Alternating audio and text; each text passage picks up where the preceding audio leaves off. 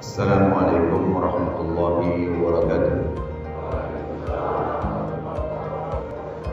Alhamdulillah, kalimat yang selalu kita ucapkan dari lisan kita kepada satu-satunya zat yang maha hidup, zat yang berdiri sendiri, zat yang telah menciptakan semua yang ada di langit, di bumi, bahkan di kedalaman lautan, kelihatan atau tidak kelihatan oleh mata kita. Dialah Allah subhanahu wa ta'ala yang tidak ada sekutu baginya, yang telah menggantungkan bertambahnya nikmat yang diberikan kepada kita dengan kalimat Alhamdulillah. Maka sangat wajar kalau sering kita ulangi kalimat ini. Juga kita panjatkan salawat dan taslim senantiasa kepada kiai kita, guru kita, suri tauladan kita, bahkan satu-satunya nabi yang kita ikutin, Nabi besar Muhammad sallallahu alaihi wasallam, sebagaimana Allah dan malaikatnya memberikan salam kepada beliau, dan sebagai balas jasa di mana beliau menghabiskan 23 tahun dari masa hidupnya, 13 tahun masa Mekah, semuanya diikuti dengan hinaan, cacian, dianggap penyihir, nyamun, dan puncaknya diusir dari kampung halamannya, dan beliau bersabar. Kemudian 10 tahun masa di Madinah, semuanya diisi dengan dakwah dan jihad. Akhirnya agama ini sampai kita bisa rasakan kenikmatannya seperti sekarang. Maka sangat wajar kalau kita sebagai pengikutnya yang setia selalu membacakan salawat dan taslim kepada baginda Nabi Muhammad sallallahu alaihi wasallam. Saudaraku seiman, muslimin dan muslimat, ikhwah akhwat rahimani wa rahimakumullah. Malam ini semoga Allah berkahi. Judul kita adalah bekal dunia akhirat. Berbicara masalah bekal, semua kita butuh bekal. Mau melakukan kegiatan apapun butuh bekal. Kalau orang mengadakan perjalanan, kita tahu butuh bekal makanan, minuman, pakaian, biaya, kendaraan. Dia ingin menuntut ilmu, belajar, dia butuh mendaftar di sebuah sekolah, mempersiapkan buku tulis dan buku cetaknya, pulpen dan pensil serta penghapusnya, kemudian juga pakaian khusus seragam dan seterusnya. Siapapun yang ingin melakukan sebuah aktivitas butuh bekal. Tetapi kelebihan kita sebagai orang yang beriman kepada Allah Subhanahu wa taala, kita dituntun oleh Allah untuk memiliki satu bekal.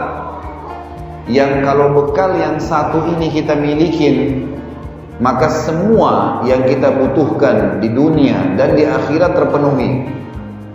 Allah Azza wa Jalla menyebutkan tentang bekal ini dalam surah Al-Baqarah ayat 197. Setelah Allah Azza wa Jalla menceritakan masalah surga, masalah haji, maka Allah mengatakan di tengah-tengah ayatnya, A'udzubillahi minasyaitonirrajim wa tazawwadu, dan berbekallah kalian untuk kesuksesan, keberhasilan, kesabaran dalam melalui kehidupan dunia dan menuju ke akhirat sana.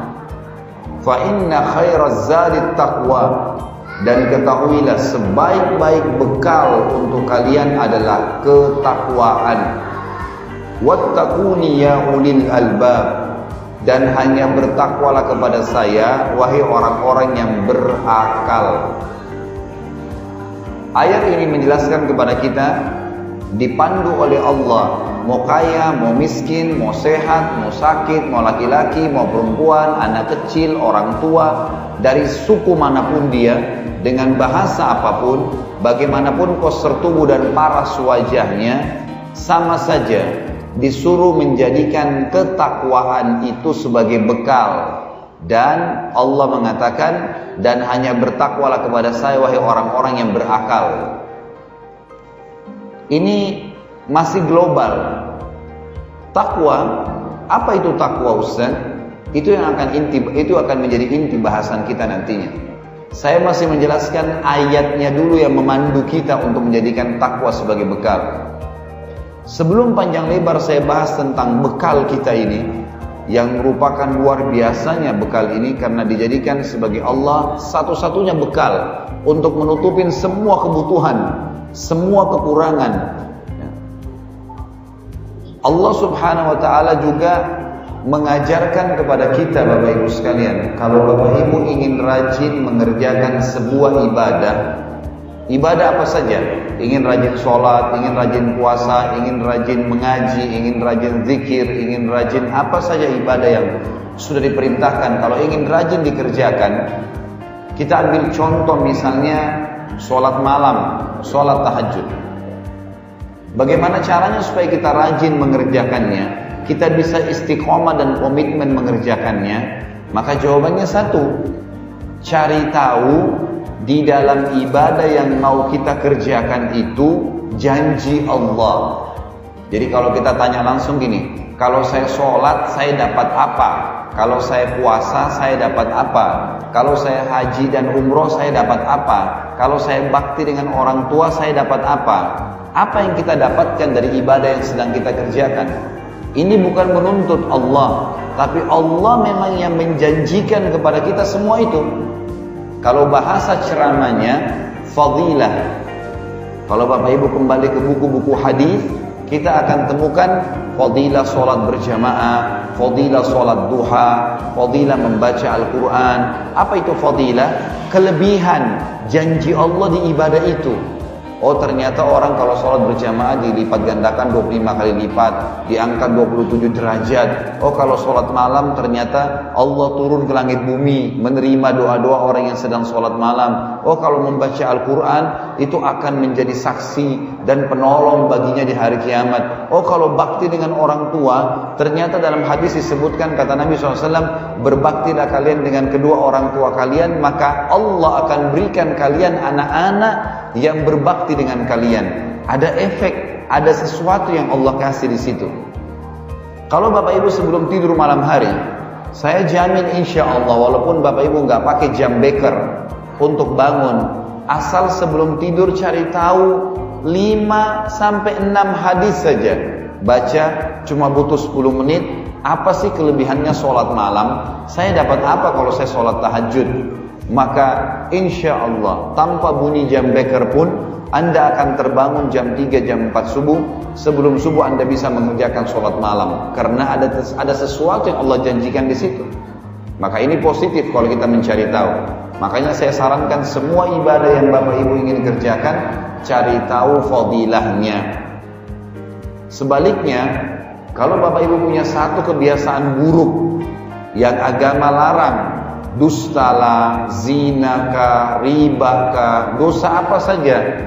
Kalau Anda tanya kepada saya bagaimana caranya saya tinggalkan dosa ini, maka jawaban saya adalah satu, coba cari tahu ancaman Allah di dosa yang sedang Anda lakukan. Coba baca saja 10 menit. Orang kalau dusta itu diapakan sama Allah? Oh ternyata nanti lidahnya akan diberikan timah panas. Oh nanti akan dipotong. Oh nanti akan menyebabkan siksa kubur. Orang kalau durhaka dengan orang tua itu diapakan. Orang kalau tidak sholat itu diapakan. Orang kalau seterusnya melakukan apapun perbuatan dosa diapakan. Subhanallah, wahyu itu menyentuh hati Bapak Ibu sekalian. Kalau kita baca ancaman Allah di situ, kita akan meninggalkan dengan sendirinya. Oh ternyata kalau saya makan riba itu, ada hadis Nabi berbunyi, 1 dirham riba lebih berat di sisi Allah daripada 36 kali berzina. Ada sesuatu yang kita tahu di situ, ancaman. Kalau dalam ilmu hadis ini namanya al-wa'ad wal-wa'id. Al-wa'ad itu janji Allah di amal soleh yang sedang kita kerjakan. Al-wa'id ancaman Allah di dosa yang sedang kita lakukan. Ini aja rahasianya. Takwa tadi yang kita disuruh jadikan sebagai bekal Bapak Ibu sekalian adalah sebuah ibadah dan juga punya fadilah. Tidak ada kata ulama ibadah yang mengalahkan fadilahnya takwa. Karena Allah sebutkan dalam Al-Quran 226 ayat jumlahnya. Ini sesuai apa yang saya hitung sendiri, term-term ayatnya saya temukan 226 ayat dalam Al-Quran, semuanya berbicara tentang kelebihan takwa. Semuanya. Dan tidak ada ibadah seperti ini. Apapun, sholat, puasa, jihad, tidak ada yang seperti ini. Ini luar biasa, 226 ayat. Dan saya akan bacakan beberapa ayatnya saja. Di antaranya surah At-Talaq, surah nomor 65, ayat 2 sampai ayat 5. Kita dengarkan sama-sama dan kita tadabburi. A'udzubillahi minasyaitonirrajim. Bismillahirrahmanirrahim. Wa may yattaqillaha yaj'al lahu makhraja. Siapa yang bertakwa kepada Allah, Allah akan berikan kepadanya makhraja. Makhraja itu begini Bapak Ibu sekalian.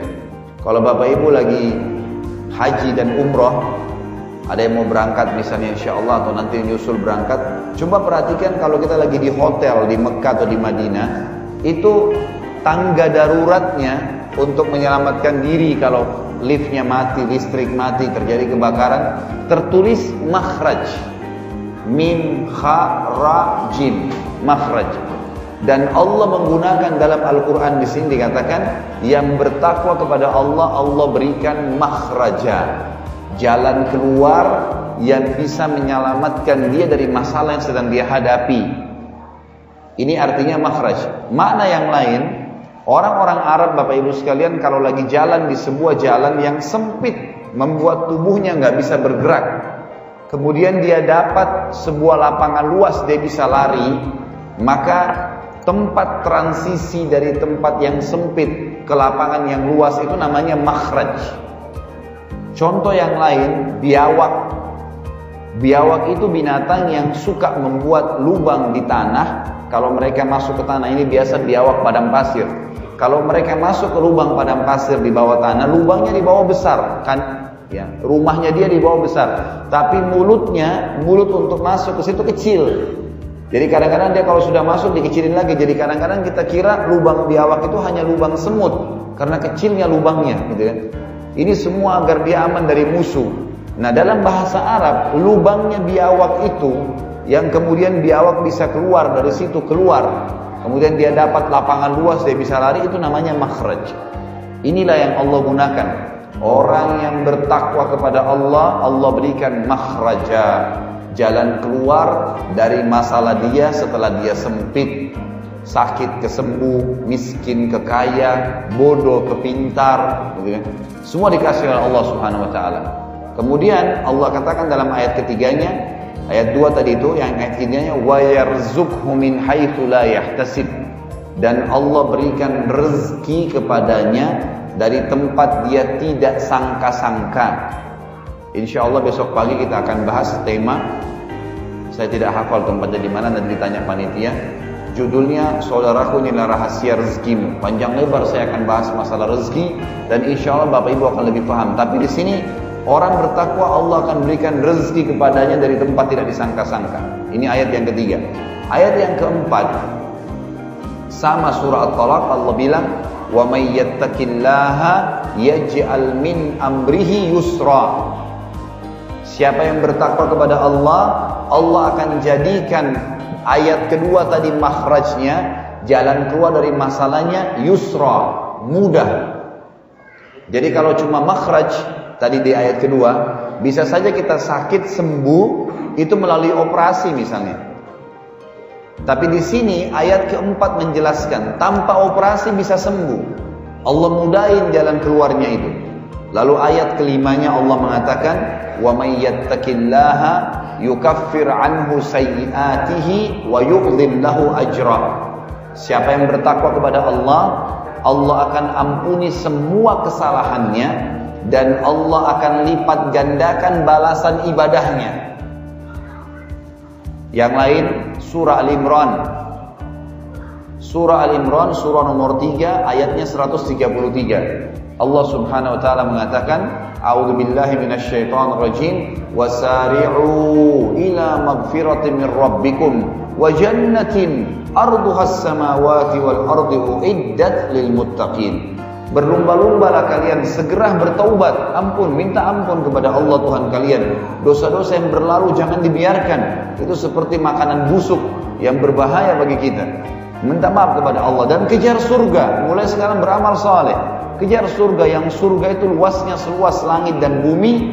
Penutupan ayatnya Allah bilang, uiddat lil muttaqin. Hanya dijanjikan untuk orang-orang yang bertakwa. Jadi surga yang kita idam-idamkan itu hanya didapatkan oleh orang yang bertakwa.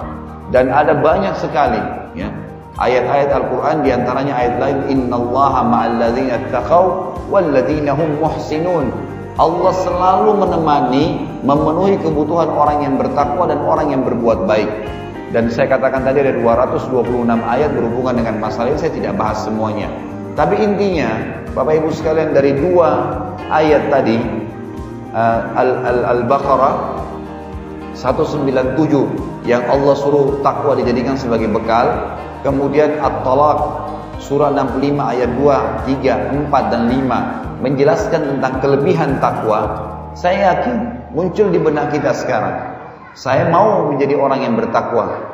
Dia ibadah, pahalanya besar, banyak ayat yang menyuruh. Tapi saya ingin tanya, apa itu takwa, Ustaz? Saya mau bertakwa, tapi saya mau tahu apa itu takwa, supaya saya bisa jadikan sebagai bekal saya. Ini inti bahasannya, Bapak Ibu sekalian. Ali bin Abi Thalib radhiyallahu anhu, sahabat Nabi yang mulia, pernah ditanya, wahai Ali, apa menurut Anda takwa itu? Kata Ali radhiyallahu anhu, dibagi 4 oleh beliau, at-taqwa al-khawfu minal jalil. Artinya takut kepada Allah. Nanti saya jelaskan bagaimana takut kepada Allah sementara Allah tidak kelihatan dengan mata kita. Wal amalu bit tanzil, lalu selalu beribadah menyembah Allah sesuai dengan tuntunan wahyunya Al-Quran dan Sunnah. Wal amalu bit tanzil, al khawfu minal jalil wal amalu bit tanzil war ridha bil qalil. Lalu ridha terhadap apa yang Allah berikan walaupun sedikit di mata dia. Dan di sini nanti kita akan bicara tentang konsep syukur. Yang terakhir, yang keempat, wasti'dadu liyaumir rahil. Isti'dadu liyaumir rahil. Punya persiapan untuk menghadapi hari kematian nanti. 4 definisi inilah yang akan kita jabarkan insyaallah beberapa waktu ke depan. Dan saya minta jemaah sekalian dan teman-teman panitia, kalau azan Isya kita break sholat, mohon berikan saya waktu untuk menyelesaikan materi. Dan saya lebih berharap kalau jemaah setuju dengan saya, fokus mengambil ilmunya, pertanyaannya kita kesampingkan dulu. Kalau masih ada waktu, silakan bertanya. Kalau enggak, coba cerna penyampaiannya dulu. Karena itu yang penting. Bapak Ibu, saya berharap pulang dari sini, dari masjid yang mulia ini sudah tahu apa itu takwa dan dijadikan sebagai bekal kita. Potongan yang pertama, Bapak Ibu sekalian, al-khawfu minal jalil, takut kepada Allah. Pertanyaannya, bagaimana saya takut kepada Allah? Allah nggak kelihatan. Kalau harimau saya takut, wajar, harimau bisa menerkam saya lihat dengan mata saya. Bagaimana caranya memunculkan takut kepada Allah? Maka ulama akidah mengatakan melalui 2 pintu. Yang pertama, untuk takut kepada Allah, Bapak Ibu sekalian, kita harus memahami hakikat makna la ilaha illallah, la ma'buda bihaqqin illallah, yang berarti tidak ada Tuhan pencipta, pemilik, penguasa, pemusnah, pengawas. Semua yang di langit yang kelihatan dengan mata kita tidak kelihatan, semua yang di bumi kelihatan dan tidak kelihatan, semua yang di kedalaman lautan dan kedalaman bumi kelihatan tidak kelihatan. Kata rahasianya la ilaha illallah. Gak ada yang ciptain, gak ada yang milikin, gak ada yang fungsikan, gak ada yang nyiapkan kebutuhannya, dan tidak ada yang memusnahkan kecuali Allah. Ini makna hakikatnya. Kita harus paham dulu poin ini. Saya berikan contoh supaya lebih jelas, Bapak Ibu sekalian. Ada seorang tabi'in. Tabi'in ini generasi setelah sahabat. Seorang ulama tabi'in pernah mengadakan perjalanan perniagaan dari Baghdad, ibu kota Irak, ke Damaskus, ibu kota Syria. Zaman itu tidak ada penerangan kayak kita sekarang. orang menggunakan cahaya matahari, bukan lagi obor, cahaya matahari. Karena mereka perjalanan jauh. Irak ke negeri Syam ini jauh. Bisa perjalanan sampai 3 hari, 4 hari dengan menunggangi kuda. Kalau jalan kaki bisa lebih dari seminggu. Waktu itu orang andalkan cahaya matahari. Kalau terbit matahari pagi, mereka jalan. Begitu tiba malam, maghrib, mereka nginep dulu, tunggu. Gelap, nggak kelihatan apa-apa. Besok baru terbit matahari, baru jalan lagi. Begitu cara orang dulu jalan gitu. Orang ini Bapak Ibu sekalian, pas tiba maghrib, dia berada di tengah-tengah hutan. Berada di tengah-tengah hutan. Lagi gelap, maghrib nggak kelihatan apa-apa. Gelap. Maka dia terpaksa nginap di situ. Dalam kisah sahihnya, dia nginap di situ. Waktu dia nginap, dia bilang tidak bisa kemana. Dia juga mau jalan, dia tidak tahu jalan, bisa kesasar, gelap, dan juga malam ini banyak binatang-binatang buas. Dia tinggal di situ. Kemudian dia seperti layaknya musafir, jamak sholatnya maghrib isya. Habis itu dia tidur, istirahat di awal malam. Kalau kita sekarang jam 11 malam, dia bangun, dia sholat tahajud. Ini dalam kisah dia. Setelah dia sholat 2 rakaat Bapak Ibu sekalian, setelah salam, dalam kisah ini diceritakan, dia bilang, tiba-tiba waktu saya ingin sholat rakaat yang selanjutnya, baru mau takbir, di depan mata saya ada harimau yang sudah membuka mulutnya, mengeluarkan suara seperti lagi kelaparan dan siap menerkam saya. Coba Bapak Ibu bayangkan kalau kita di posisi orang ini, di tengah hutan, sendirian, ada harimau di depan mata kita siap menerkam karena kelaparan. Perhatikan baik-baik apa yang terjadi Bapak Ibu sekalian. Dia bilang, waktu itu saya berpikir, kalau saya lari, tetap saya akan diserang oleh harimau ini. Dia lebih menguasai hutan dan dia lebih kuat daripada saya. Matanya lebih terang di malam hari. Lalu dia bilang, tiba-tiba pada saat itu terlintas dalam hati saya, mungkin ini karena berkah dia sholat malam tadi, Allah subhanahu wa ta'ala berikan dalam hatinya keimanan. Maka dia tiba-tiba bilang begini, wahai harimau, dia tunjuk harimau itu, kalau seandainya Allah,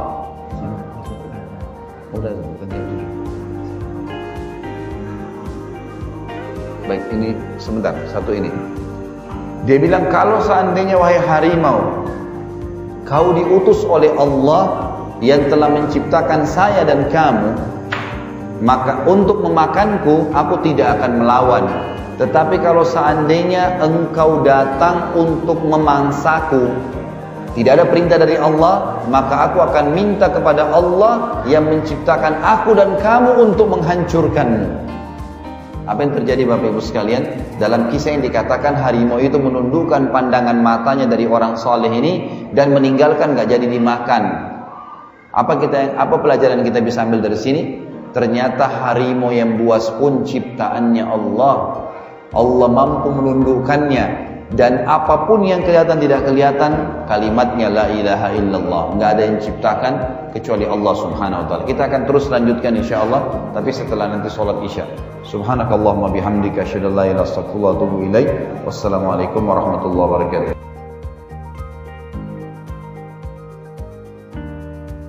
Masih di potongan yang pertama, takwa, al-khawfu minal jalil, takut kepada Allah. Dan kita masih membahas bagaimana caranya agar takut kepada Allah. Saya bilang tadi ada 2 pintu. Yang pertama, memahami hakikat la ilaha illallah. Fahamilah, renungilah, ikrarkan dengan pikiran kita, dengan lisan kita, yakini dengan hati kita, tidak ada Tuhan yang berhak disembah kecuali Allah. Nggak ada di langit, di bumi, dimanapun tidak ada. Dan contoh-contoh yang akan saya berikan nanti memberikan gambaran kepada kita tentang masalah itu. Seorang sahabat bernama Al-Ala radhiyallahu anhu, beliau pernah diutus oleh Rasulullah SAW dalam salah satu peperangan.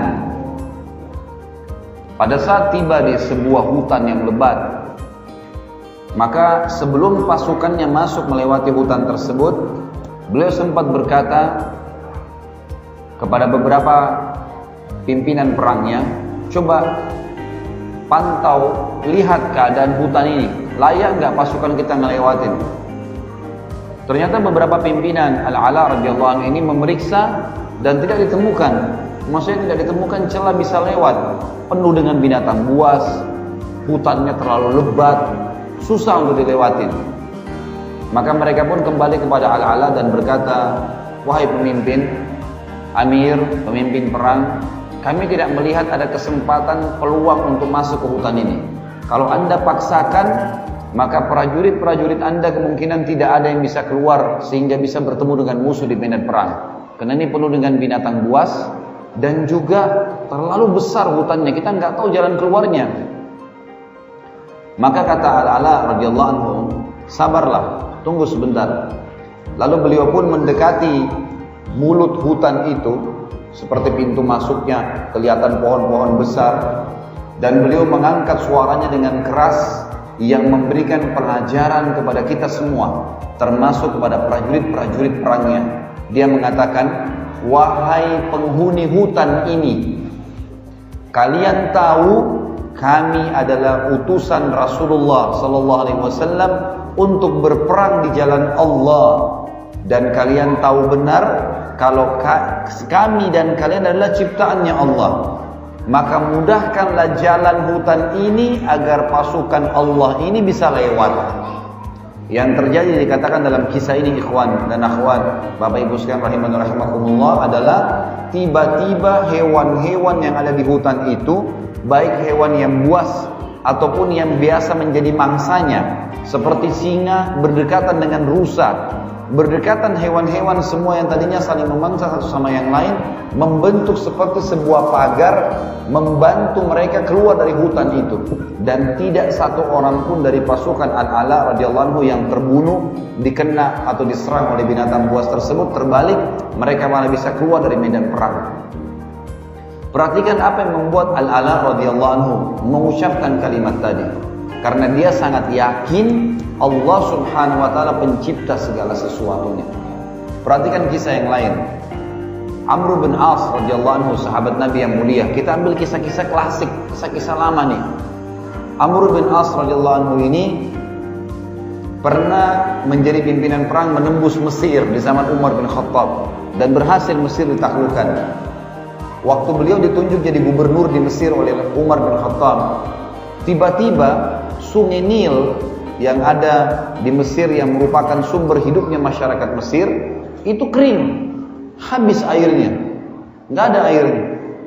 Ini bukan kemarau yang panas sekali sehingga bisa hilang sama sekali airnya, dan bukan juga ada sesuatu yang menyebabkan itu, misalnya dibuatkan saluran menuju ke lautan misalnya, nggak ada, hilang tiba-tiba. Lalu Amr bin As bertanya kepada beberapa orang masyarakat Mesir yang baru masuk Islam pada saat itu, menjadi orang-orang dekatnya Amr bin As. Beliau bertanya, ada apa sebenarnya? Kenapa begini sungai Nil? Kata orang-orang Mesir yang baru masuk Islam yang mu'allaf, setiap tahun terjadi begini wahai gubernur, amir, setiap tahun begini nih, pasti sungai Nil airnya hilang. Lalu kata Amr bin As, apa yang kalian lakukan? Mereka bilang, kami melempar tumbal ke sungai itu, lempar kambing atau sapi atau anak gadis, hidup-hidup dilempar, dan tiba-tiba begitu jatuh karena tinggi dari tebing mulutnya sungai ke dasar itu, mati di situ. Begitu mati tertumpah darahnya, airnya keluar kembali. Kata Amr bin As radhiyallahu anhu, ini tidak ada dalam Islam. Saya akan lapor kepada Amir Mukminin Raja Umar bin Khattab, kirim surat ke Madinah. Ya Amir Mukminin, begini kejadiannya. Apa kata Umar bin Khattab? Membalas surat Amr bin As, wahai Amr bin As, saya mengirim surat kepada Nil, sungai Nilnya. Surat saya ke sungai Nil, bacakan kepada Nil itu. Apa yang tertulis saudaraku?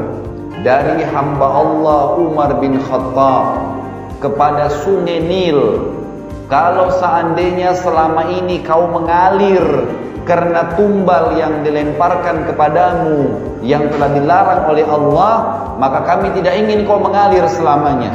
Tapi kalau seandainya kau mengalir dengan izin Allah yang Jabbar, Jabbar ini Allah yang maha perkasa, maka mengalirlah atas nama itu. Tiba-tiba Amr bin As memperlihatkan kepada masyarakat Mesir, membaca surat Umar dengan keras di sungai Nil. Seperti itu, tiba-tiba air Sungai Nil keluar. Dan sampai hari ini Bapak Ibu sekalian tidak pernah Sungai Nil turun airnya lagi. Sudah nggak pernah. Ternyata itu permainan syaitan-syaitan yang berusaha untuk menyesatkan manusia. Lihat bagaimana orang-orang yang meyakini Tuhan Allah Subhanahu wa taala satu, dan memang semua ini, air, tumbuh-tumbuhan, manusia, batu, jin, malaikat, apa saja yang kelihatan dan tidak kelihatan, tidak ada penciptanya kecuali Allah. Ini kata kuncinya, saudara. Kalau muncul ini, maka kita akan yakin semua selain Allah adalah makhluk. Berarti kalau ada Tuhannya, kayak tadi kasus orang yang tidak takut sama harimau. Sungai Nil yang turun airnya oleh Umar bin Khattab disuruh mengalir atas nama Allah. Kita lihat tadi Al-Ala menyuruh hewan-hewan di hutan menunjukkan jalan atas nama Allah, ditunjukkan oleh hewan-hewan tersebut jalan, dan tidak ada satupun yang diserang. Kalau kita yakin dengan kalimat ini, saudaraku, kita tidak akan pernah takut kecuali kepada Allah. Syaitan, siapa syaitan ini Bapak Ibu sekalian? Kita perlu tahu, ada golongan jin dan manusia. Manusia ini ada 3 golongan. Ada yang beriman, insya Allah kita termasuk dalamnya, beriman patuh sama Allah dan mengikuti Rasulnya Muhammad SAW. Yang kedua fasik. Fasik, kalau Bapak Ibu dapat ayat Al-Quran bunyinya fasik, fasikin, gitu kan? In ja'akum fasikum binaba'in. Kalau datang orang-orang fasik, fasik ini muslim tapi masih berbuat dosa, itu namanya fasik. Jadi dia sholat atau dia tidak sholat, mungkin dia sholat tapi dia masih berzina, dia masih berjudi, ini fasik namanya. Ada kafir yang ketiga. Nah ini golongan manusia. Golongan jin juga sama. Ada jin yang mukmin. Ini jin mukmin dinamakan jin. Yang kedua ada jin yang fasik, muslim tapi bobrok, masih buat dosa seperti manusia. Dan yang ketiga jin kafir. Nah jin fasik dan jin kafir ini, itu dalam agama kita namanya syaitan. Namanya syaitan. Jadi tidak semua jin itu syaitan, ya. Karena ada jin yang mukmin. Jin mukmin tidak dikatakan syaitan. Mereka tidak akan pernah ganggu manusia, tidak akan interaksi, tidak ngomong, tidak nikah, tidak apa-apa semuanya. Jin mukmin tahu, seperti orang mukmin kita tahu, kita nggak akan interaksi sama jin. Allah sengaja buat mereka tidak kelihatan, tidak usah interaksi. Yang fasik, jin fasik, jin bermaksiat, muslim tapi bermaksiat, dan jin kafir namanya syaitan, dipimpin oleh iblis. Jadi iblis itu raja syaitan, bukan raja jin. Apa tugasnya syaitan-syaitan ini? Menyesatkan manusia dari jalan Allah. Dan yang paling pertama mereka lakukan adalah menakut-nakuti manusia, supaya manusia tidak takut kepada alihkan ketakutannya kepada Allah, kepada syaitan itu. Makanya ulama bilang, syaitan masuk ke manusia itu pintu utamanya 2. Takut dan emosi, itu 2. Kalau ini ada, semua dosa yang lain bisa dilakukan. Makanya syaitan itu selalu bermain di situ. Bagaimana menakut-nakuti orang? Kalau kita lewat sendiri dibuat merinding, dia bisik-bisikin dalam hati kita, tuh ada begini, tuh ada begini. Bapak Ibu sekalian, ada satu hal untuk lebih menjelaskan tentang syaitan ini, bagaimana perannya. Dan insya Allah Bapak Ibu bubar dari sini tidak pernah takut lagi sama syaitan. Bapak Ibu sekalian, dalam Islam tidak ada namanya ruh gentayangan. Ini garis bawah itu. Saya mau tanya Bapak Ibu sekalian, ini yang masih terpengaruh dengan banyak sinetron dan film-film kita di Indonesia. Kalau ada rumah orang di situ bunuh diri, gantung diri kah, dia tusuk dirinya kah? Adakah Bapak Ibu yang mau beli rumahnya? Hah? Jujur ya, kok nggak ada yang nyaut ini, masih hidup nggak ini? Kalau jemaah saya di Jakarta saya tanya, Bapak Ibu mau beli rumah nggak? Yang ada orang bunuh diri? Nggak mau Ustaz. Kenapa? Takut. Itu jawabannya. Baik, simpan deh rumah ini. Nanti kalau sudah saya jelaskan pasti Bapak Ibu akan berebut beli nanti. Rumah yang kedua, tadi orang bunuh diri. Rumah kedua, orang yang dibunuh sekeluarga. Ada perampok datang, tadi bunuh diri, ini dibunuh. Mau beli rumahnya nggak? Sama aja nggak mau. Kenapa? Takut. Karena gambarannya selalu digambarkan ada ruh gentayangan. Bapak Ibu sekalian, ambil dari saya dan percaya ini wahyu. Tidak ada ruh gentayangan. Nggak ada ceritanya kuburan terbuka pocongnya keluar. Tidak ada ceritanya itu orang kalau buang air ada tangan tarik-tarik orang dari kloset. Tidak ada ceritanya pocong bisa jalan lah, tengkorak bisa jalan lah, bisa bicara lah. Semua itu dusta, bohong. Tidak ada. Dari mana dalilnya Ustaz?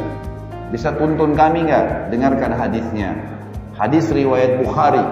Kata Nabi SAW waktu habis mengantar jenazah sahabat, beliau mengatakan, kalau orang mukmin meninggal dunia, siapa itu orang mukmin Bapak Ibu sekalian? Orang yang sudah menggabungkan rukun Islam dan rukun iman.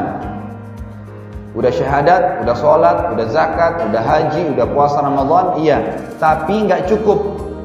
Kalau Bapak Ibu sholat, Allahu Akbar, sholat, Allah ada nggak ya? Malaikat catat nggak? Ini ada pahalanya nggak? Itu masih muslim namanya. Masih level terbawah di agama kita. Tapi kalau Bapak Ibu mau lebih tinggi namanya mukmin. Mukmin itu sholat, Allahu Akbar. Oh, Allah melihat saya nih. Bacaan yang saya ucap ini malaikat sedang catat, ini ada pahalanya. Nanti saya masuk surga. Itu mukmin. Jadi dihubungkan antara rukun Islam sama rukun iman. Yakin Allah ada, yakin malaikat catat, yakin ini betul dibawa oleh Rasul, yakin disebutkan dalam kitab Al-Quran, yakin hari kiamat kita akan terima pahalanya, yakin tentang takdir-takdir Allah. Itu rukun iman. Namanya orang mukmin. Kata Nabi SAW, kalau orang mukmin meninggal dunia akan ikut dengannya, ya, akan didatangi oleh 3 malaikat. Kalau dia meninggal dunia, akan datang kepadanya 3 malaikat. 2 malaikat rahmah, kasih sayang di kiri kanannya. 1 malaikat maut di ubun-ubun kepalanya. Lalu malaikat maut itu berkata, Ya ayyatuhan nafsul mutmainnah, irji ila rabbiki radiyatan mardiyah. Wahai jiwa yang baik, wahai jiwa yang mulia, kembalilah kepada kasih sayang dan rahmat Tuhanmu. Kata Nabi SAW, ruhnya keluar lebih mudah dari air dari mulut kendi. Cepat sekali. Belum sesaat keluar, malaikat rahmah kasih sayang di kiri kanannya membawa kain kafan dari surga, membungkusnya dengan kain kafan tersebut, lalu dibawa ke langit. Menembus 7 lapis langit tersebut menuju kepada Allah Subhanahu wa taala. Lalu setiap menembus 7 lapis langit itu malaikat-malaikat di langit sana berkata kepada malaikat rahmah yang membawanya, ruhnya siapa ini? Sungguh mulia ruh ini. Semoga Allah membuat ruh ini lewat di sisi kami. Kenapa? Kata Nabi SAW, karena ruh itu mengeluarkan bau yang lebih wangi dari bau kasturi. Semoga kita ini insya Allah termasuk. Bapak Ibu sekalian, lalu kemudian bawalah ruh tersebut sampai ke atas. Kata Nabi SAW, lalu terdengar suara Allah berkata, catatkan hambaku ini termasuk penghuni surga. Kembalikan dia di dunia karena di sana saya ciptakan, di sana pula saya akan bangkitkan. Diantar ruhnya kembali ke kuburan bersamaan dengan jasadnya diantar oleh kerabatnya. Begitu dimasukkan oleh kerabatnya, ditutup, 3 langkah mereka pulang. Kata Nabi SAW, si mayit ruh ini masih dengar suara kaki sendal mereka 3 langkah. Selebihnya sudah nggak dengar lagi. Lalu datang kepadanya malaikat Munkar dan Nakir mendudukkan dia. Lalu bertanya, siapa Tuhanmu, siapa Nabimu, apa kitabmu? Karena dia orang beriman, kata Nabi SAW, Nabi membaca ayat, Yuthabbitullahu alladhina amanu bil qawli tsabiti fil hayati dunya wa fil akhirah. Allah akan kekalkan di lisannya orang-orang yang beriman jawaban untuk menjawab pertanyaan-pertanyaan baik di dunia maupun di akhirat. Di dunia misal, kalau kita ditanya kenapa kamu sholat, kenapa kamu puasa, kita kalau belajar bisa punya jawaban. Dan di akhirat kata ulama adalah di alam barzah, di kuburan. Pertanyaan malaikat dijawab oleh dia. Setelah dia jawab, maka dibukakan baginya pintu neraka. Siksaan, azab, orang dicincang, orang dibakar, teriak-teriakan. Orang ini yang mati ini kaget. Kata malaikat, lihatlah dari apa Allah selamatkan dirimu. Karena kau beriman, kau beramal soleh, nggak jadi masuk sini, ditutup. Dibuka pintu surga, dayang-dayang, permadani, perhiasan, segala macam. Ini tempat kau sekarang. Maka kata Nabi SAW, si mayit ini berdoa mengatakan, Ya Allah, cepatkanlah waktu karena aku ingin masuk ke dalam surgaku. Lalu datang di sebelahnya Bapak Ibu sekalian orang yang tampangnya bagus, bajunya bersih, badannya wangi. Saking luar biasanya sempurnanya orang ini, sampai si mayit bilang, siapa kamu ini? Sungguh sempurna ciptaan Allah pada dirimu. Maka dia bilang, saya amal solehmu. sholat, puasa, ini hadir di majelis ilmu seperti ini, ya, semua itu yang akan menemani kau sampai hari kiamat. Maka kemudian terdengar suara dari langit, Allah berkata, luaskan kuburan hambaku ini seluas pandangan matanya, dan jadikan kuburannya, ya, taman dari taman surga, terbentang selalu jalan menuju ke surga tiap hari dilihat. Maka bahagialah orang tersebut. Kalau orang fasik, orang yang masih bermaksiat, tidak sempat taubat sebelum meninggal walaupun muslim, sama orang kafir, hati-hati. Metode cara matinya sama. Kata Nabi SAW, kalau orang fasik atau orang kafir akan datang kepada mereka 3 sosok malaikat. 1 malaikat maut di ubun-ubun kepalanya, dan 2 malaikat azab penyiksa di kiri kanannya. Yang malaikat azab ini membawa kain kafan dari neraka. Lalu malaikat maut di ubun-ubun kepalanya berkata, wahai jiwa yang busuk, keluarlah kepada kemurkaan Tuhanmu. Maka ruhnya, kata Nabi SAW, berantakan di tubuhnya, nggak mau keluar, ketakutan. Lalu Allah berfirman dalam surah Al-Anfal, walau tara idh yatawaffal ladina kafarul malaikatu yadribuna wujuhahum wa adbarahum wa dhuqu adzabal hariq. Kalau kalian lihat bagaimana dahsyatnya para malaikat mencabut ruhnya orang fasik dan orang kafir, menghantam wajah mereka dan bokong mereka dengan keras, dan dikatakan kepada mereka, rasakanlah panasnya api neraka. Lalu ruh tersebut, kata Nabi SAW, ditarik dengan keras oleh malaikat maut, seperti ibaratnya bulu domba yang dibasahkan, lalu dililitkan di pohon berduri, dan ditarik dengan keras sehingga berantakan bulu domba itu. Lalu kemudian belum sesaat dia keluar, ditangkap oleh malaikat azab, dibungkus dengan kain kafan dari neraka, dibawa ke langit. Baru tiba di langit pertama, ditutupkan pintu, gak dibukain. Lalu para malaikat di langit berkata kepada malaikat yang membawanya, siapa ruh ini? Sungguh buruk ruh ini. Semoga Allah tidak buat dia lewat di sisi kami. Kata Nabi SAW, malaikat azab menyebutkan namanya yang paling buruk di dunia, Fulan bin Fulan, gitu kan. Lalu kata Nabi SAW, malaikat-malaikat langit tidak berharap dia lewat karena badan ruhnya bukan badannya, ruhnya mengeluarkan bau lebih busuk daripada bau bangkai. Wa na'udzubillah. Lalu terdengar suara dari langit, Allah berkata, catatkan hambaku ini termasuk penghuni neraka. Kembalikan dia di dunia, di sana saya ciptakan, di sana pula saya akan bangkitkan. Diantar ruhnya bersama jenazahnya, diantar oleh kerabatnya. 3 langkah dia masih mendengar, setelah itu datang malaikat lalu dudukkan dia, bertanya, siapa Tuhanmu, siapa nabimu, apa kitabmu? Walaupun muslim, Bapak Ibu sekalian, hafal mati ini tidak bisa dijawab. Kata Nabi SAW, walaupun dia muslim ini fasik, siapa Tuhanmu, siapa nabimu, apa kitabmu, dia mengatakan, innama aqulu kama kana yaqulun nas. Saya nggak tahu, saya cuma ikut-ikut dulu orang bilang apa. Lalu dibukakan baginya pintu surga, dayang-dayang, permadani, istana, makanan, pakaian yang mewah. Kagum dia, kata malaikat, lihat, kamu haramkan dirimu dari apa? Kamu bisa masuk sini dulu, tapi kamu sendiri yang tidak buat. Kamu tidak mau sholat, kamu nggak mau puasa, nggak mau ibadah, buat maksiat nih. Tutup sekarang. Dibuka pintu neraka, azab, orang teriak-teriak, siksaan, orang dicincang, dipukul, dimacam-macam. Kan gitu. Jadi dia ketakutan, kata malaikat, ini tempat kau sekarang dan tidak bisa kamu lari dari di situ. Maka dia berdoa berkata, ya Allah, jangan cepatkan waktu karena aku tidak ingin masuk ke nerakaku. Lalu datang di sebelahnya orang yang tampangnya buruk, bau badannya tidak baik, bajunya kotor, menakutkan. Sampai ruh ini berkata, siapa kamu ini? Pergi dari saya. Sungguh buruk ciptaan Allah pada dirimu. Maka dia berkata, saya amal burukmu, zinahmu, ribamu, judimu, segala durhaka dengan orang tua yang akan menemani kau sampai hari kiamat. Maka pada saat itu kata Nabi SAW, Allah pun mengutus kepadanya malaikat, yang malaikat ini tidak punya pendengaran dan penglihatan. Allahu alam bagaimana, tapi begitu hadisnya dalam riwayat Bukhari. Lalu kemudian malaikat tersebut membawa sebuah besi, yang besi itu kalau seluruh jin dan seluruh manusia dua-duanya bersatu untuk membalik saja besi itu, mereka tidak akan mampu. Dihantamkan kepada orang ini, kemudian hancur badannya, diutuhkan kembali, begitu terus sampai hari kiamat. Riwayat yang lain menjelaskan, dinding kuburannya akan menjepit tulang rusuknya sampai seperti ini. Dikembalikan, begitu terus sampai hari kiamat. Kata para ulama hadis, digabungkan kedua azab, dipukul, dijepit, dikembalikan, dipukul, dijepit, dikembalikan, sampai begitu. Maka kata Nabi SAW, jadilah kuburannya lubang dari lubang neraka. Inilah hadis yang menjelaskan tentang keadaan orang yang sudah mati, Bapak Ibu sekalian. Tarik ke contoh tadi, kalau rumah orang yang bunuh diri dosa enggak? Dosa besar atau dosa kecil? Dosa besar. Berarti orang yang bunuh diri tadi itu sedang disiksa di kuburannya. Nggak ada waktu gentayangan ganggu orang. Ini garis bawah ini, nggak ada itu.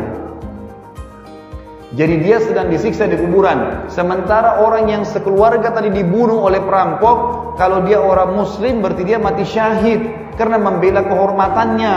Berarti mereka lagi menikmati kuburannya, taman dari taman surga. Nggak mau lagi dia keluar dari kuburan itu. Ini fahamin. Berarti kalau kita membeli rumah orang yang bunuh diri atau orang yang dibunuh sekeluarga itu tidak ada masalah sama sekali. Tapi Ustaz, ada pertanyaan kecil. Saya waktu beli rumah, saya dengar suara bayi nangis di belakang rumah saya. Saya dengar suara pintu bunyi-bunyi. Saya dengar suara-suara dan seterusnya. Itu dari mana? Ini saya bongkar kedoknya nih. Ini kalau ada setan di sini marah sama saya, tapi saya nggak peduli. Mereka memang musuh-musuh kita, dan memang Allah suruh jadikan musuh. Mereka makhluk Allah yang terhina, tidak boleh takut. Kata Allah SWT, Inna dzalikumus syaitanu yukhawifu awliya'ah. Syaitan cuma takut-takutin pengikut-pengikutnya.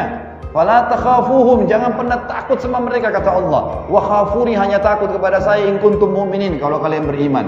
Makin berani makin takut syaitannya. Kalau kita takut syaitannya yang berani. Memang begitu. Maka jangan pernah takut sama mereka. Bapak Ibu sekalian, suara yang kita dengar itu permainan syaitan di sekitar rumah itu. Kalau ada orang bunuh diri di satu rumah, pagar rumahnya 10 meter. Kalau kita lewat di depan pagar itu 10 meter, langkah pertama, langkah kedua, semua syaitan di situ kerumunin kita. Dan mereka hanya bisa membisikkan, mengatakan, tuh, yang bunuh diri itu gantung diri perempuan, rambutnya panjang, matanya belalak, keluar darah dari hidungnya. Kalau kita takut, maka kalau kita balik ke sana kita lihat benar tuh. Itu permainan syaitan di penglihatan kita karena kita takut. Sebagian ulama mengatakan energi takut kita kalau keluar diserap sama syaitan, dia bisa menjelma seperti apa yang kita bayangkan. Kalau orang bayangkan nenek-nenek yang dilihat sama dia, kuda kepalanya manusia. Tapi kalau kita jalan dengan seorang teman tidak takut, kita tanya, kamu lihat gak? Pasti dia bilang tidak. Karena yang lihat hanya orang yang takut saja. Ini poin penting.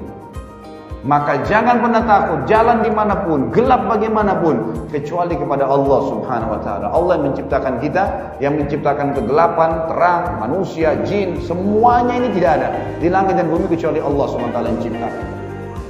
Ini kata kunci rahasianya Bapak Ibu sekalian. Jadi jangan pernah takut kecuali kepada Allah. Pahami makna ini. Yang kedua, untuk takut kepada Allah, yakinlah semua yang Allah perintahkan dalam syariatnya pasti baik buat kehidupan kita. Dan semua yang Allah larang pasti buruk buat kita. Bapak Ibu sekalian, sesuatu yang Allah perintahkan, kewajiban-kewajiban dan sunnah, serta yang Allah halalkan, itu banyak sekali menunya. Dan sesuatu yang Allah haramkan, itu menunya sedikit sekali. Contoh, Allah haramkan babi misalnya. Babi gak boleh dimakan, ya haram. Ini bentuknya, ini mukanya, ini kulitnya, ini jangan lihat, jangan dimakan, haram, Allah haramkan.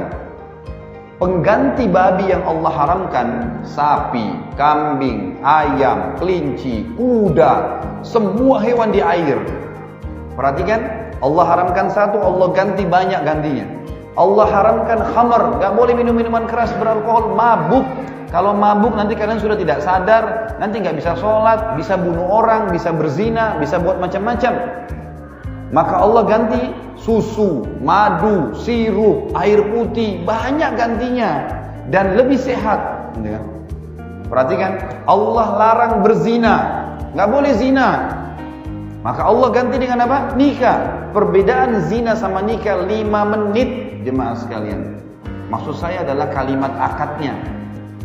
Allah bebankan pada kita kebutuhan biologis. Kita butuh lihat pasangan, ngobrol, ciuman, pegang, letakkan kemaluan di kemaluan, itu sudah fitrah. Allah berfirman, A'udzubillahi minasyaitonirrajim, zuina linnasi hubbus syahawati minan nisa. Al-ayat. Allah sudah hiasi dalam jiwa laki-laki hubbus syahawat, cinta, suka yang diikuti dengan syahwat. Memang kita suka lawan jenis. Tapi Allah yang menciptakan kita tidak melarang, hanya mengajarkan caranya. Perhatikan, zina sama nikah, sama-sama pelampiasan kebutuhan biologis. Tapi zina cara yang haram. Orang yang berzina pasti ketakutan. Orang yang berzina begitu pasangannya hamil, dua-duanya malu, keluarganya malu, nama sukunya juga rusak. Dan anak yang lahir gak jelas statusnya. Ingat, dalam hukum Islam tidak ada penisbatan nama kepada adat zina. Biar bapak-bapak punya sperma, tapi kalau hasil zina itu bukan anak bapak. Itu anak haram, nggak boleh, nggak ada namanya ke orang tuanya. Tidak ada warisan di antara mereka. Bapak ibu bisa kembali ke buku fikih manapun, sama hukumnya.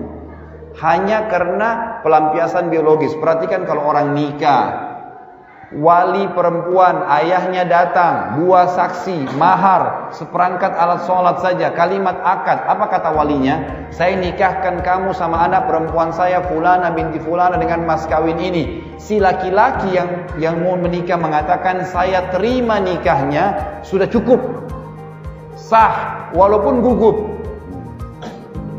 Indonesia gugup disuruh ulangi. Kalau dia tambah, saya terima nikahnya si Fulana binti Fulana dengan itu pelengkap.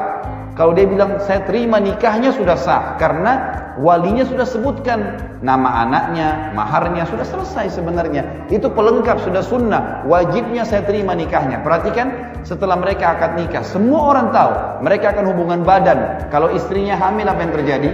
Dua-duanya senang, keluarganya senang, namanya harum di masyarakat. Dan juga pada saat melakukan biologis tidak takut-takut. Ini istrinya, nggak ada yang ditakutin sama dia, nggak takut hamil, nggak takut apa. Dan waktu anaknya lahir, anaknya anak sah, dinisbahkan kepada si ayah, ada hukum warisan di antara mereka. Bedanya sederhana, 5 menit. Saya nikahkan, saya terima nikahnya. Kita nggak bicara gedungnya nih. Ini gedungnya nanti tambahan, tapi ini yang disunnahkan oleh Nabi SAW. Perhatikan, halal dan haram itu efeknya, itu perbedaannya. Jadi yang halal banyak, yang haram sedikit. Dan efeknya, kalau kita berbuat yang baik perintah Allah, itu efeknya balasannya besar. Kalau kita berbuat yang haram, efeknya, efek jerahnya, hukumannya berat. Seperti misal, ada orang bersedekah dengan 1 juta rupiah, masjid lagi diperbaikin, dia nyumbang. Allah nanti tidak ganti dia dengan 1 juta, Bapak Ibu sekalian. Allah akan ganti dia dengan 100 juta. Bapak Ibu bisa sholat 2 rakaat. 2 rakaat ini cukup Allah balas dengan 1 bulan kita sembuh dari penyakit. Efek daripada ibadah besar. Perhatikan hadis Nabi SAW tentang sholat duha dalam hadis Bukhari. Di dalam tubuh manusia ada 360 sendi, yang kalau setiap harinya manusia harus bersedekah sebagai tanda syukur kepada Allah untuk 360 sendi itu. Dan 2 rakaat sholat duha, 2 rakaat sholat duha menutupi sedekah untuk 360 sendi itu. Perhatikan, 2 rakaat sholat duha bersedekah untuk 360 sendi. Hadis Muslim, siapa yang berpuasa 1 hari di jalan Allah, 1 hari, Allah jauhkan dia dari api neraka sejauh 70 tahun. Sehari ibadah, 70 tahun selamat. Nah, Lailatul Qadar, sekali ucapkan subhanallah Lailatul Qadar sama dengan ucapkan subhanallah 1000 bulan, 83 tahun plus 4 bulan. Itu efeknya. Kalau buat dosa, mencuri 1 juta, Bapak Ibu sekalian, efek jerahnya besar. Allah nanti nggak hilangkan dompet kita dengan duit 1 juta, tapi Allah buat dia sakit, dia biayai sakitnya 100 juta. Itu bahayanya dosa dan haram, jangan dikerjakan. Yakinlah semua apa yang Allah perintahkan baik, semua apa yang Allah larang itu juga baik. Itu baik untuk tidak dikerjakan. Kalau dikerjakan maka berbahaya. Saya ingin bercerita sedikit, mudah-mudahan waktunya ada insyaallah. Hukum Islam misalnya, banyak orang Islam belum paham. Kenapa pencuri dipotong tangannya? Kenapa orang kalau membunuh dipenggal lehernya? Kejam ya, kesannya kayak terlalu sadis. Bapak Ibu, saya tinggal di Saudi 7 tahun, dari SMA sampai S1, dan saya tahu sendiri malam Jumat di Saudi kalau ada kisos, ada orang yang mencuri dipotong tangannya, atau ada orang membunuh dipenggal lehernya, itu diiklanin malam Jumat. Si Fulan bin Fulan mencuri di toko emas ini, di rumah orang ini, ceritanya dia masuk, dia pecahin pintunya, dia masuk, diambil emasnya, diketangkap sama polisi kronologisnya. Membunuh, dia tusuk, dia pukul, dia ini, dia itu. Besok kena kisos, kena hukuman. Maka yang terjadi apa? Hari Jumat, habis sholat Jumat, saya pernah hadir sendiri salah satunya. Itu kita ke sebelah masjid ada lapangan luas yang sudah ditunjuk. Di situ nanti ada 3 mobil. Ada mobil penjara yang membawa si penjahat ini, ada mobil pengadilan yang akan membuat laporan ke raja kalau sudah selesai kisosnya, dan ada mobil ambulan dari rumah sakit yang akan merawat dia. Kalau habis dipotong tangannya, dirawat. Yang terjadi jemaah sekalian, di sekitar lapangan itu ada polisi pagar betis, kami berdiri di belakangnya. Tangan orang mencuri ditaruh, lalu kemudian dipotong tangannya. Setelah dipotong tangannya, digantung tangannya selama 3 hari. Kira-kira kalau ada pencuri lewat lihat itu, masih mau mencuri nggak? Ini hikmahnya ya. 1 orang dipotong tangannya, 10.000 orang berhenti mencuri. Di Saudi sampai sekarang mobil mewah di pinggir jalan tidak ada yang berani sentuh sampai berdebu-debu. Patahin spionnya, cabut peleknya, tangan hilang. Di Jakarta Bapak Ibu sekalian, kalau mobil mewah di titik-titik tertentu di lampu merah, ada orang naik motor dipatahin spionnya. Orangnya tahu, masih ada nyala mobilnya di lampu merah. Karena beraninya, tangkap tuh, potong tangannya. Tapi bukan individu ya, pemerintah yang lakukan ini. Kalau orang dipenggal kepalanya lebih mulia lagi. Allah mengatakan walakum fil qisasi hayatun ya ulil albab. Dalam kisos itu, hukum-hukum Allah ada kemakmuran kehidupan kalian. Kalau orang yang membunuh diceritakan kayak tadi kronologisnya, lalu didatangkan, cuma bedanya dipakaikan kain hitam kepalanya, lalu diikat tangannya, didudukkan. Algojo yang akan memotong kepalanya itu mengambil 3 langkah dari dia. Di sebelah kanannya algojo itu ada walinya orang yang dibunuh, keluarganya orang yang dibunuh, ayahnya kah, saudaranya kah, suaminya kah, di sana, tapi laki-laki duduk di sana, maksimal 3 orang. Algojo ini waktu melangkah Bapak Ibu sekalian, yang pertama dia balik ke walinya orang yang dibunuh. Kalau mereka diam, dia melangkah langkah kedua, dia balik lagi. Kalau mereka diam, dia melangkah langkah ketiga, dia balik lagi. Terakhir pedangnya diangkat, dia balik. Kalau mereka diam, dipenggal. Tapi kalau ada 1 orang dari yang hadir di sana, misalnya 3 orang yang hadir, ada 1 orang kasih isyarat dengan tangan seperti ini, artinya dia memaafkan, nggak jadi kisos, nggak jadi penggal kepala. Kenapa? Karena hikmah syar'inya Allah ingin menyampaikan kepada keluarga yang sedang dibunuh itu, yang sudah keluarganya dibunuh, yang bunuh suamimu, istrimu, anakmu, orang tuamu, nih orangnya. Kami akan bunuh juga dia. Ingat, gak ada hubungan sama istrinya, gak ada hubungan sama anaknya. Dalam Islam bisa saja anak pembunuh dan anak dibunuh menikah, karena bisa saja orang tuanya yang membunuh jahat, tapi anaknya hafal Quran. Gak ada dendam keluarga, gak ada dendam suku. Ini kemakmuran. Orang yang seperti ini, bayangkan kalau ada orang tahu kisos, kemudian lewat, dia tidak akan berani karena kepalanya bisa melayang. Perhatikan, maaf, saya tidak menyinggung siapapun di aparat pemerintahan kita, tapi saya biasa berbicara dengan beberapa teman aparat. Saya bilang, ini contohnya. Ternyata banyak mereka tidak tahu kalau begitu hukum Islam. Bagaimana koruptor mau kapok, kalau hanya masuk penjara, maaf, dia sogok, dia keluar lagi. Coba tangkap, iklanin, si fulan koruptor. Gitu kan? Mencuri, ceritanya begini, besok hari Jumat di sebelah Istiqlal dipotong tangannya. Iklanin semua, potong, gantung 3 hari itu, berhenti koruptor. Hukumnya Allah nggak mungkin salah. Jadi Allah kalau merintahkan sesuatu pasti baik, cuma kitanya belum paham. Makanya belajar Bapak Ibu sekalian. Nah, untuk takut kepada Allah hanya 2 ini pintunya. Yakini la ilaha illallah, gak usah takut bergantung mohon tunduk kecuali kepada Allah. Dan yang kedua, yakin semua apa yang Allah perintahkan baik, yang halal nikmatin, yang itu banyak pilihannya, dan yang haram jauhi. Sudah, selesai. Serta hukum Allah kita terapkan. 3 poin yang tersisa saya ringkaskan karena melihat waktu tinggal 10 menit. 3 poin yang tersisa dari potongan takwa. Yang pertama, takut kepada Allah sudah saya jelaskan. Yang kedua, al-amalu bitanzil, beribadah sesuai dengan wahyu. Ibadah itu artinya semua perkataan, perbuatan, ya, dan niat di dalam hati yang ditujukan karena dan untuk Allah, itu namanya ibadah. Apa saja, sholat, puasa, segala macam-macamnya, tapi yang jelas definisinya semua perkataan, perbuatan, niat yang tertuju karena dan untuk Allah, itu ibadah. Nah, ibadah ini supaya Allah terima harus ngikutin buku panduannya. Bapak Ibu kalau mau nyalain alat elektronik, kalau belum paham, baca buku panduannya itu tahu. Oh, di sini colokannya, oh ini powernya, oh ini untuk tab-nya, oh ini untuk DVD-nya. Kita jadi ngerti, baca bukunya. Nah, buku panduan ibadah ada Al-Quran dan Sunnah. ikutin Al-Quran, Allah berfirman, Rasulullah SAW contohkan, dan jangan yang lainnya. Karena ini Allah sudah turunkan untuk diikutin, gitu kan?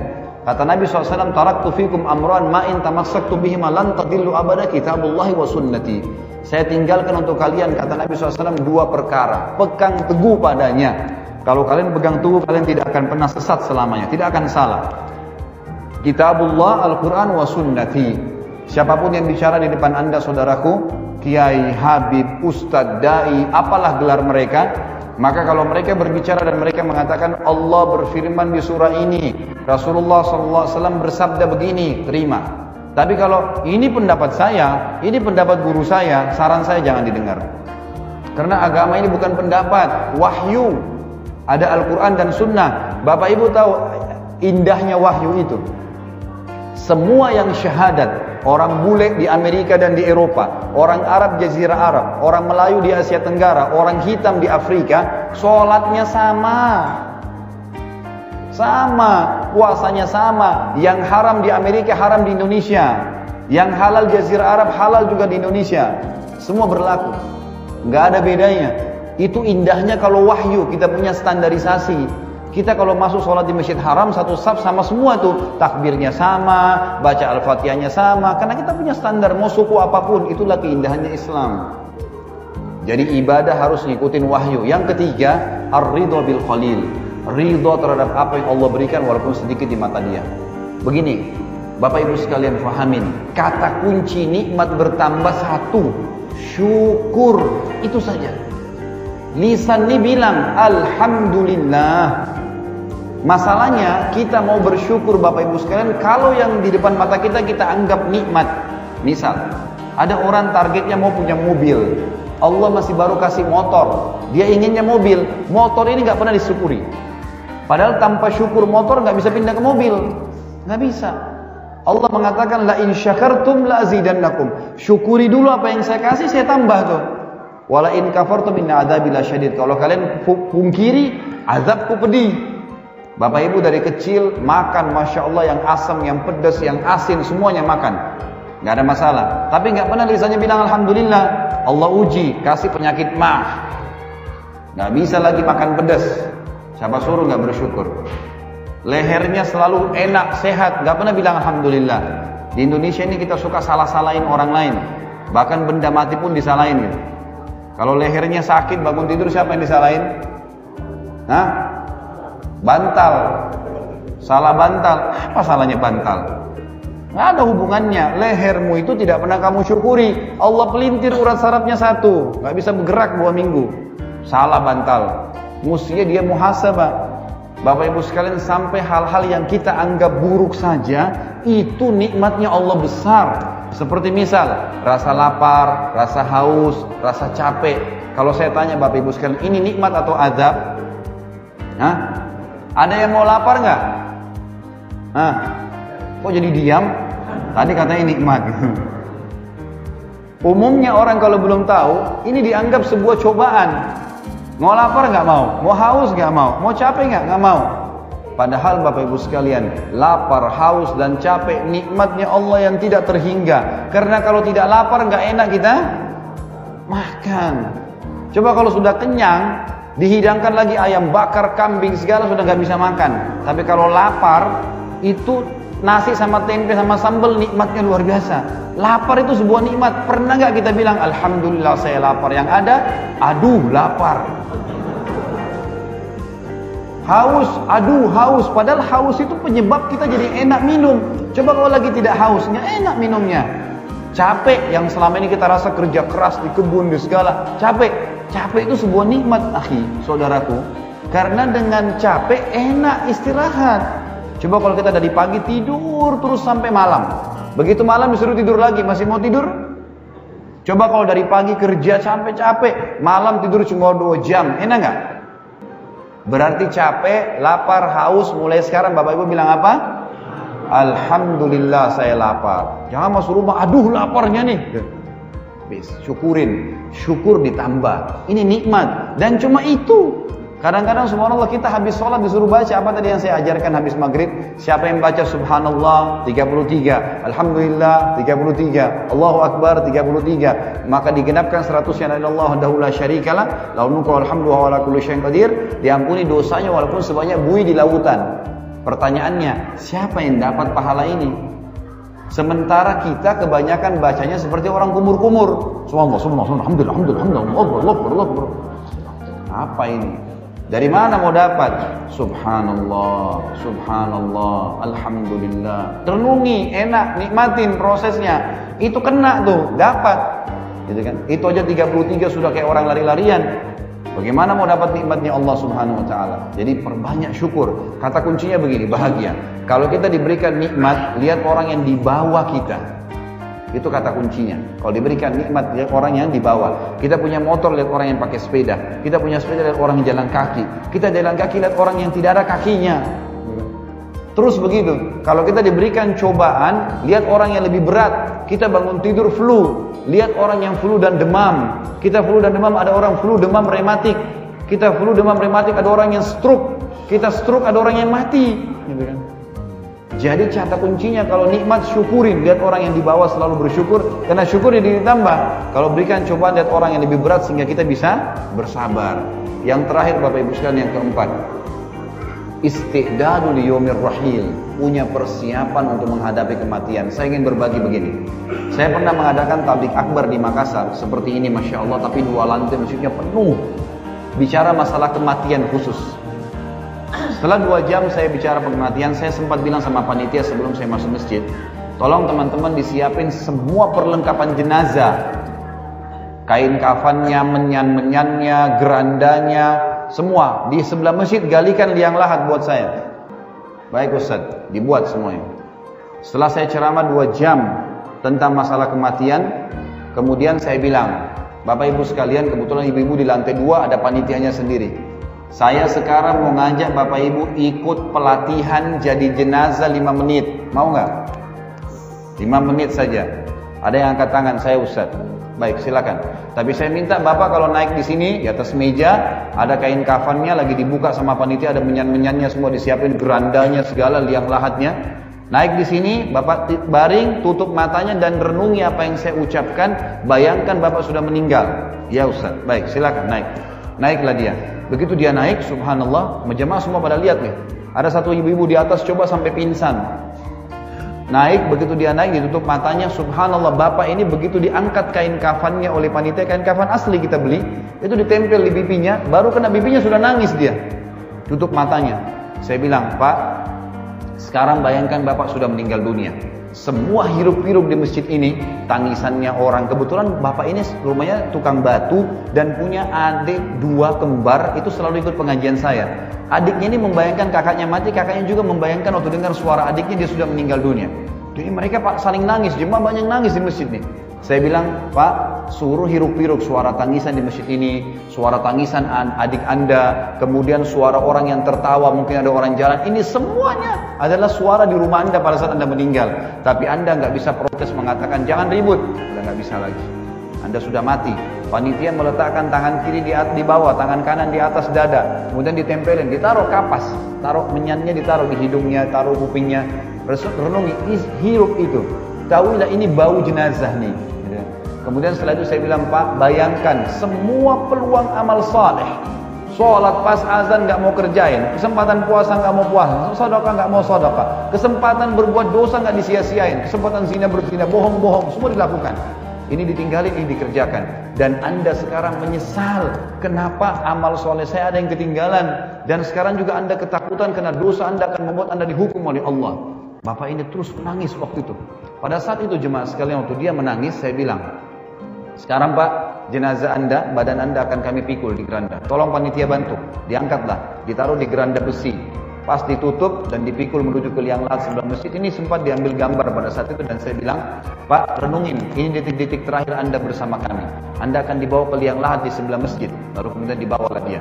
Saya bilang sekarang sesalin luar biasa peluang-peluang ibadah yang Anda sia-siakan. Sebanyak dosa yang Anda pernah sempat tobat. Lalu kemudian turunlah ke liang lahat, saya turun sendiri. Kemudian jenazah orang ini dibawa, dipikul. Saya bilang jangan buka matanya, pakai mic. Saya bawa sampai ke luar masjid.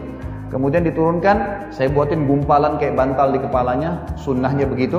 Kemudian dibaringkan lalu ditutup dengan kain waktu saya keluar, gelap. Saya bilang, Pak sekarang buka matanya. Inilah rumah Anda sekarang, 1 kali 2 meter.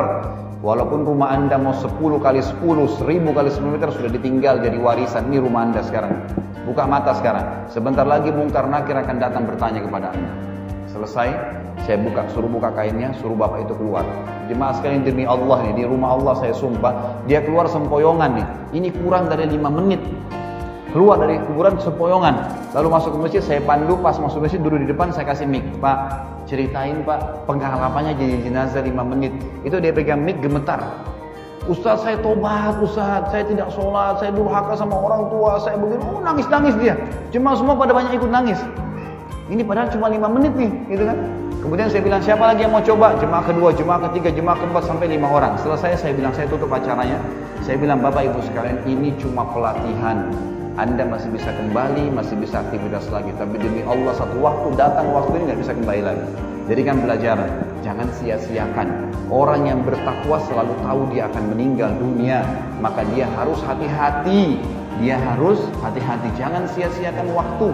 Jangan sampai kita terkosong, terombang-ambing dengan kegiatan duniawi yang tidak ada gunanya. Ingat sabda Nabi SAW sebagai penutup.